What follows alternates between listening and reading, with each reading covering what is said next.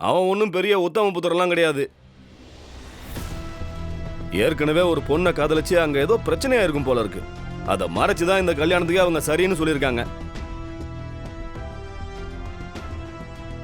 ஏதோ சிக்கல் இல்லாம அவ்வளோ பெரிய பணக்கார குடும்பம் இங்க வந்து சம்பந்தம் பண்ணுவாங்களா? தம்பி பண்ண கோல்மால் தெரியாம அந்த எலிசபெத் ராணி நம்ம கிட்ட என்னவோ அந்த கத்து கத்துறா. சித்தப்பா, எங்களுக்கு எல்லாம் தெரியும். அரவிந்த் ஏற்கனவே ஒரு பொண்ணை லவ் பண்ணதும் எங்களுக்கு தெரியும். அது ஒண்ணு பெரிய பிரச்சனை இல்ல. நீங்க ஒண்ணு கவலைப்பட வேண்டாம், அதை நாங்க பாத்துக்கிறோம். சரியா? நல்லா இருக்கு, ரொம்ப நல்லா இருக்கு. நேத்திக்கு அங்க அவ்வளவு பிரச்சனை நடக்கும்போது நீ வாயை மூடிட்டு சும்மா இருந்தியே, அப்பவே எனக்கு தெரியும். என்ன அசிங்கப்படுத்துறதே உங்களுக்கு வேலையா போச்சுல்ல? இந்த பார், நல்லதுக்குள்ள பாத்துக்கோ.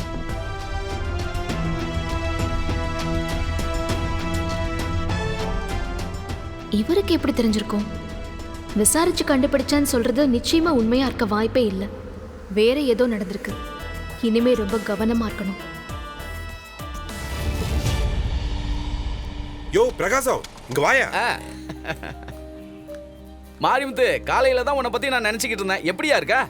அதெல்லாம் இருக்கட்டும், முதல்ல ஒரு டீயை சாப்பிடு. ஒரு டீ போடுப்பா. சரிண்ணா.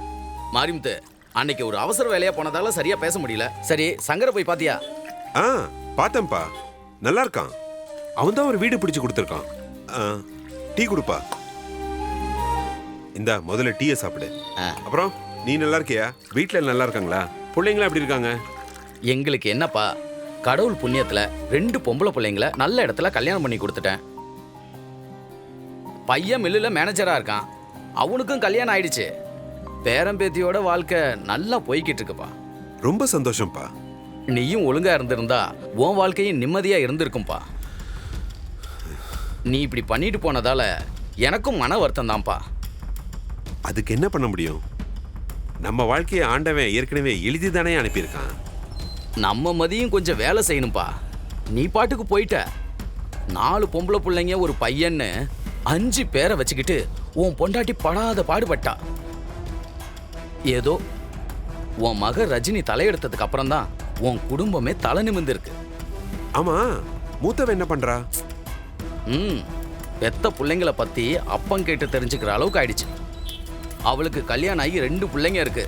ஆனா அவளும் மாப்பிள்ளையும் வீட்டோட தான் இருக்காங்க. எப்படியோப்பா, எல்லாரும் நல்லா இருக்காங்கல்ல?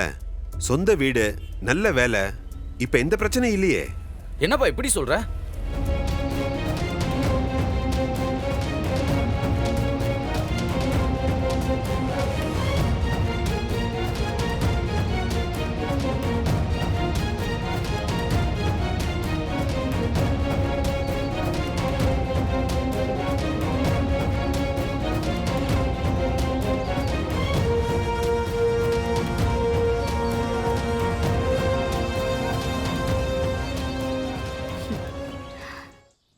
திவ்யா, படிச்சிட்டியா?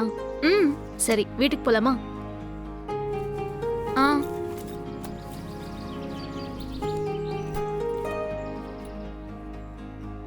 என்ன தேடுற? ஒன்னும் இல்லக்கா, சும்மாதான். சரி, வா போலாம்.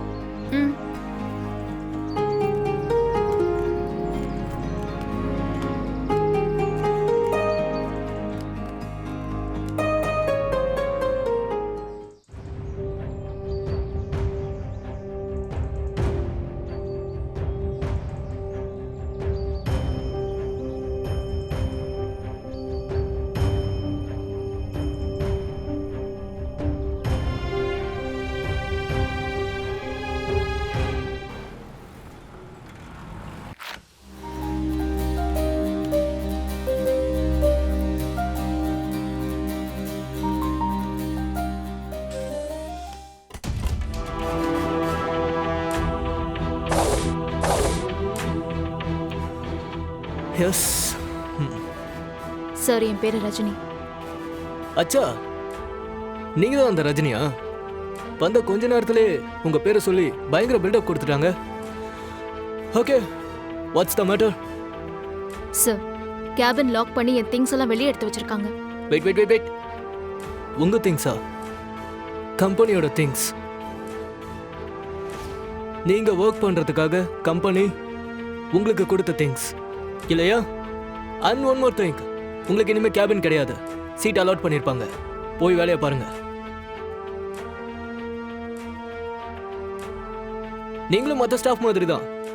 அப்போ உங்களுக்கு எதுக்கு செப்பரேட் கேபின்? அதுக்கு திருப்பி லைட்டு ஏசின்னு cost is the expense to the company. கிளைண்ட்ஸுக்கு தொந்தரவா இருக்கக்கூடாதுன்னு தான் ஆஃபீஸ்ல எனக்கு தனியா கேபின் கொடுத்துருக்காங்க. சரி, அதே ஆஃபீஸ் உங்களுக்கு கேபின் கொடுக்க மாட்டேன்னு சொன்னாங்கன்னு வச்சுக்கோங்களேன். கிளைண்ட்ஸ் வந்தா எப்படி பிஹேவ் பண்ணணும்னு தெரியாதவங்களா இந்த ஆஃபீஸ்ல வேலை செய்றவங்க எல்லாரும்? சார், தப்பா நினைக்க வேண்டாம். என் வேலையோட பேசிக் என்னன்னு தெரிஞ்சுதான் எனக்கு கம்பெனில ஒரு கேபின் அலாட் பண்ணாங்க. நான் எதுவும் கேட்டு வாங்கல சார். இப்போவும் நான் அதே வேலையை தான் பார்க்கறேன்.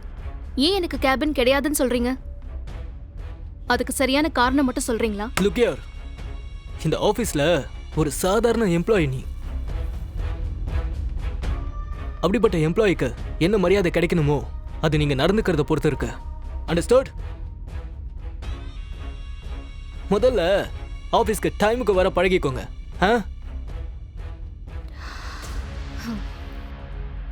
அப்புறம் பழைய ஜிஎம் கிட்ட உங்களுக்கு கிடைச்ச சலுகை எல்லாம் என்கிட்ட கிடைக்கும்னு எதிர்பார்க்காதீங்க.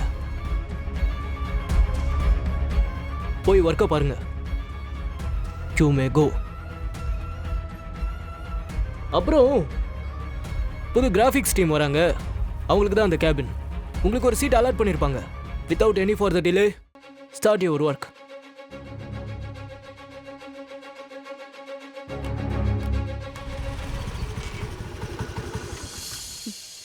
ஏய் ரஜினி, என்ன ஆபீஸ் தானே போன, அதுக்குள்ள வந்துட்ட?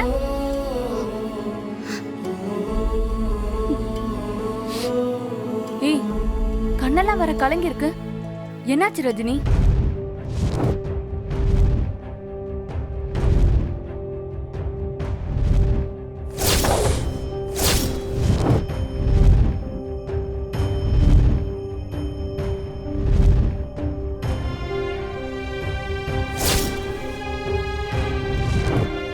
ஏய், யாரடி அவன்?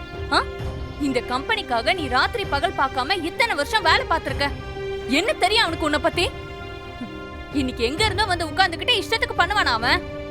ஆபீஸ்ல எல்லாரும் பார்த்துட்டு சும்மாவா இருந்தாங்க? ஏய் வா, அவனை போய் என்னன்னு கேட்கலாம் வா. அனிதா, கையை விடு. அவன் பிஹேவ் பண்றது பார்த்தா இது ஒரு நாள்ல முடியிற பிரச்சனை மாதிரி தெரியல. மரியாதையை விட்டு கொடுத்து தினம் தினம் சண்டை போட்டு அப்செட் ஆகி பாக்குற வேலையெல்லாம் சரியா வராது. அந்த கம்பெனிக்காக நீ என்னெல்லாம் பண்ணிருக்க? கொஞ்சம் கூட நன்றி இல்லாம இப்படி பண்றாங்க. வேலை இல்லாம இப்ப என்னடி பண்ணுவ?